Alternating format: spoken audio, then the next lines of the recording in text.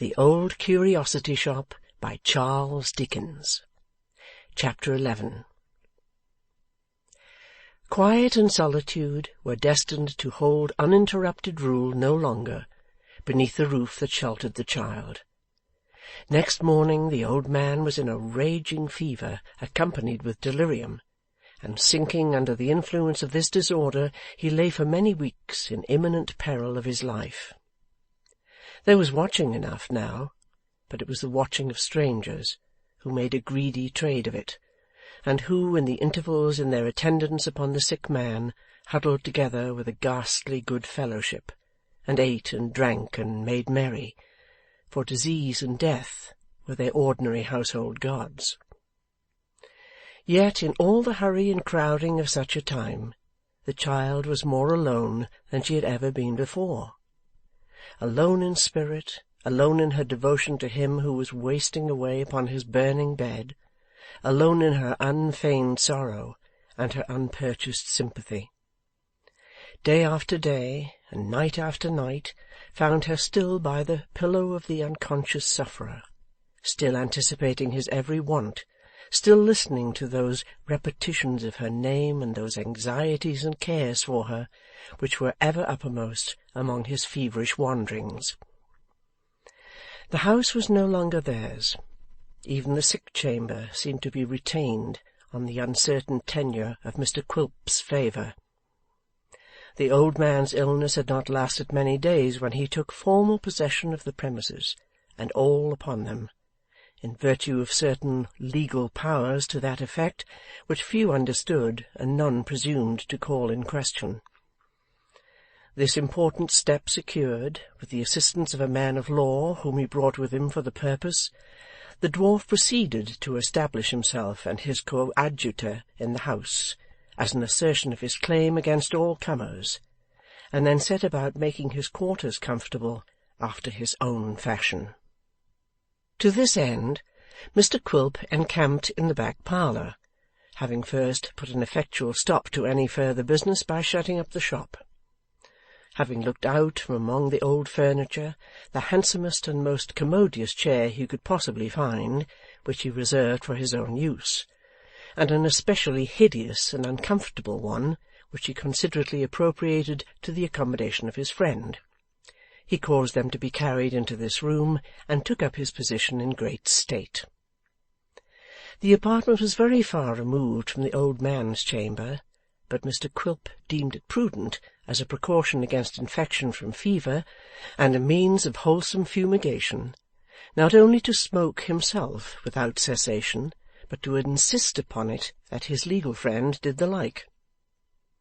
Moreover, he sent an express to the wharf for the tumbling boy, who, arriving with all dispatch, was enjoined to sit himself down in another chair just inside the door, continually to smoke a great pipe which the dwarf had provided for the purpose, and to take it from his lips under any pretence whatever, were it only for 1 minute at a time, if he dared.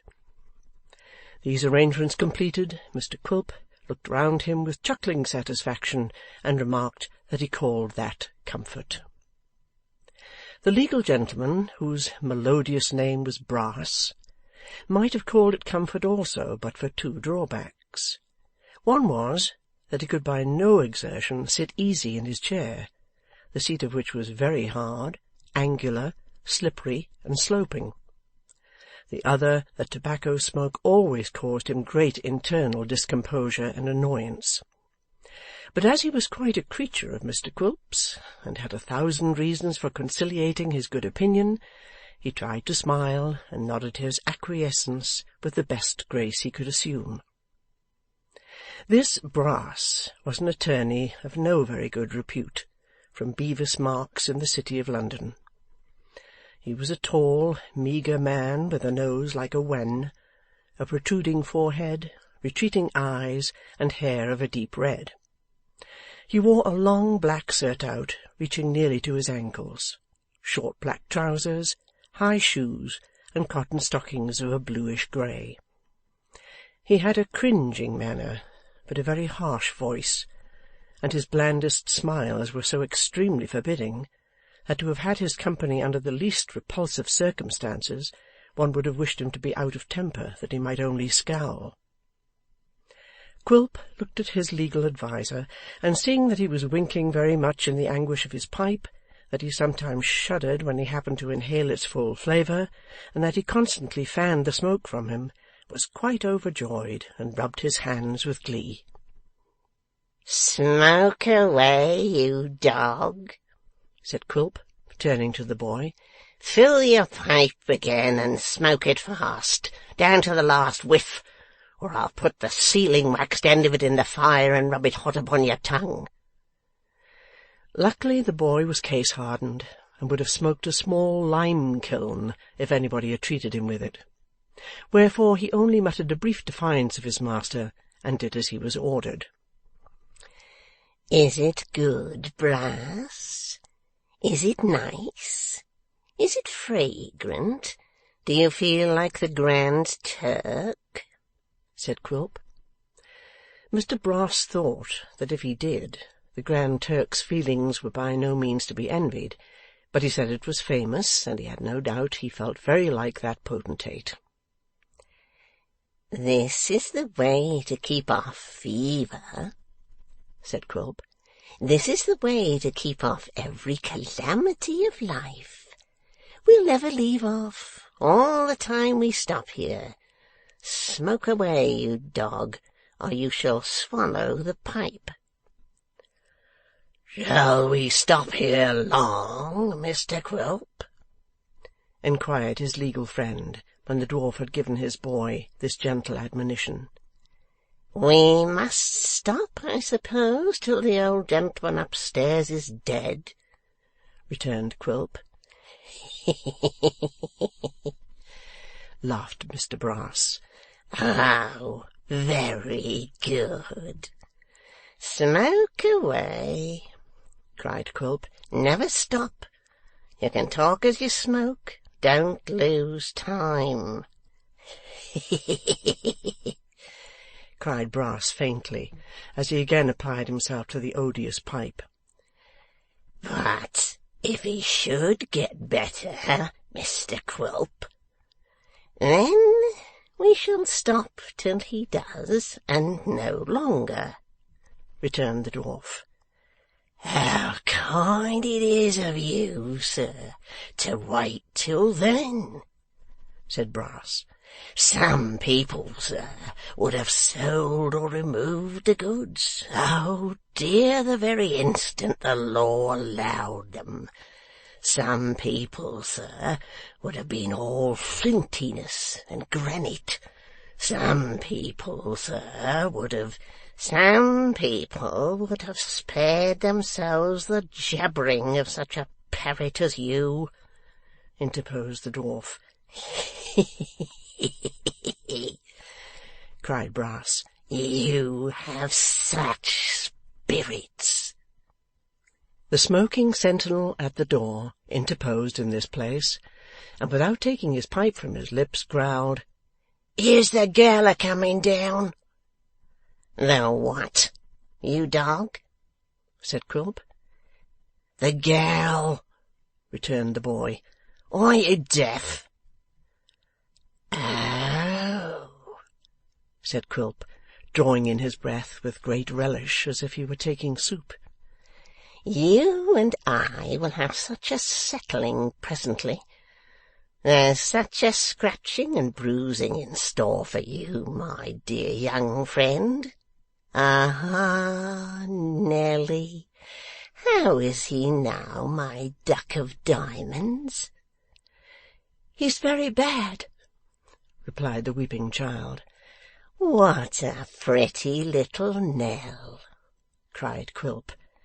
"Oh, beautiful, sir, beautiful indeed," said Brass.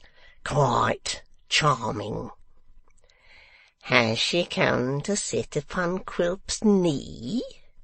said the dwarf, in what he meant to be a soothing tone. "Or is she going to bed in her own little room inside here? Which is poor Nelly going to do?" "What a remarkable pleasant way he has with children," muttered Brass, as if in confidence between himself and the ceiling. Upon my word, it's quite a treat to hear him. I'm not going to stay at all, faltered Nell. I want a few things out of that room, and then I won't come down here any more. And a very nice little room it is, said the dwarf, looking into it as the child entered. Quite a bower. You're sure you're not going to use it? You're sure you're not coming back, Nelly? No, replied the child, hurrying away with the few articles of dress she had come to remove. Never again. Never again. She's very sensitive, said Quilp, looking after her. Very sensitive. That's a pity. The bedstead is much about my size. I think I shall make it my little room. Mr Brass, encouraging this idea, as he would have encouraged any other emanating from the same source, the dwarf walked in to try the effect. This he did by throwing himself on his back upon the bed, with his pipe in his mouth, and then kicking up his legs and smoking violently. Mr Brass applauding this picture very much, and the bed being soft and comfortable, Mr Quilp determined to use it both as a sleeping-place by night and as a kind of divan by day, and in order that it might be converted to the latter purpose at once, remained where he was and smoked his pipe out. The legal gentleman, being by this time rather giddy and perplexed in his ideas, for this was one of the operations of the tobacco on his nervous system, took the opportunity of slinking away into the open air, where, in course of time, he recovered sufficiently to return with a countenance of tolerable composure. He was soon led on by the malicious dwarf to smoke himself into a relapse, and in that state stumbled upon a settee, where he slept till morning. Such were Mr Quilp's first proceedings on entering upon his new property. He was for some days restrained by business from performing any particular pranks, as his time was pretty well occupied between taking, with the assistance of Mr Brass, a minute inventory of all the goods in the place, and going abroad upon his other concerns, which happily engaged him for several hours at a time. His avarice and caution being now thoroughly awakened, however, he was never absent from the house one night, and his eagerness for some termination, good or bad, to the old man's disorder, increasing rapidly as the time passed by, soon began to vent itself in open murmurs and exclamations of impatience. Nell shrank timidly from all the dwarf's advances towards conversation, and fled from the very sound of his voice, nor were the lawyer's smiles less terrible to her than Quilp's grimaces. She lived in such continual dread and apprehension of meeting one or other of them on the stairs or in the passages if she stirred from her grandfather's chamber, that she seldom left it, for a moment, until late at night, when the silence encouraged her to venture forth and breathe the purer air of some empty room. One night she had stolen to her usual window, and was sitting there very sorrowfully, for the old man had been worse that day, when she thought she heard her name pronounced by a voice in the street. Looking down, she recognized Kit, whose endeavours to attract her attention had roused her from her sad reflections. "Miss Nell," said the boy in a low voice. "Yes," replied the child, doubtful whether she ought to hold any communication with the supposed culprit, but inclining to her old favourite still. "What do you want?" "I've wanted to say a word to you for a long time," the boy replied, "but the people below have driven me away and wouldn't let me see you. You don't believe, I hope you don't really believe, that I deserve to be cast off as I have been, do you, miss?"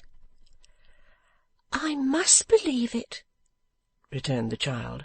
"Or why would grandfather have been so angry with you?" "I dunno," replied Kit. "I'm sure I never deserved it from him. No, nor from you.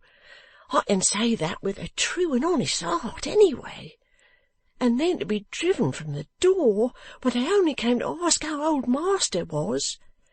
"They never told me that," said the child. "I didn't know it, indeed. I wouldn't have had them do it for the world." "Thank ye, miss," returned Kit. "It's comfortable to hear you say that.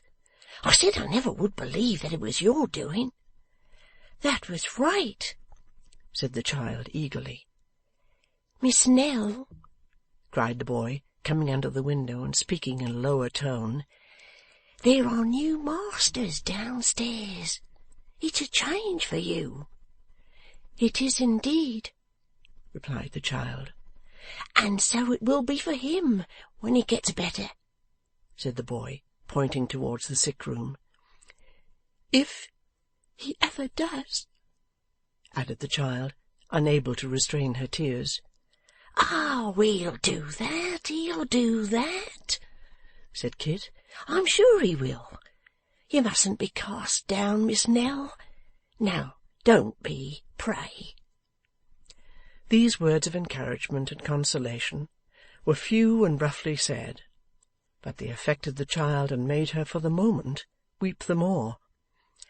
"He'll be sure to get better now," said the boy anxiously, "if you don't give way to low spirits and turn ill yourself, which would make him worse and throw him back just as he was recovering. When he does, say a good word, say a kind word for me, Miss Nell." "They tell me I must not even mention your name to him for a long, long time," rejoined the child. "I dare not. And even if I might, what good would a kind word do you, Kit? We shall be very poor. We shall scarcely have bread to eat."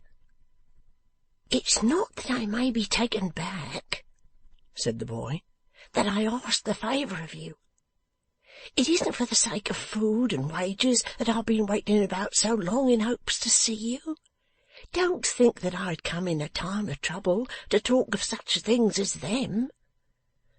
The child looked gratefully and kindly at him, but waited that he might speak again. "No, it's not that," said Kit, hesitating. "It's something very different from that. I haven't got much sense, I know, but if he could be brought to believe that I'd been a faithful servant to him, doing the best I could and never meaning harm, perhaps he mightn't—" Here Kit faltered so long that the child entreated him to speak out, and quickly, for it was very late and time to shut the window. "Perhaps he mightn't think it over-venturesome of me to say, well then, to say this," cried Kit with sudden boldness. "This home is gone from you and him. Mother and I have got a poor one, but that's better than this with all these people here. And why not come there till he's had time to look about and find a better?" The child did not speak.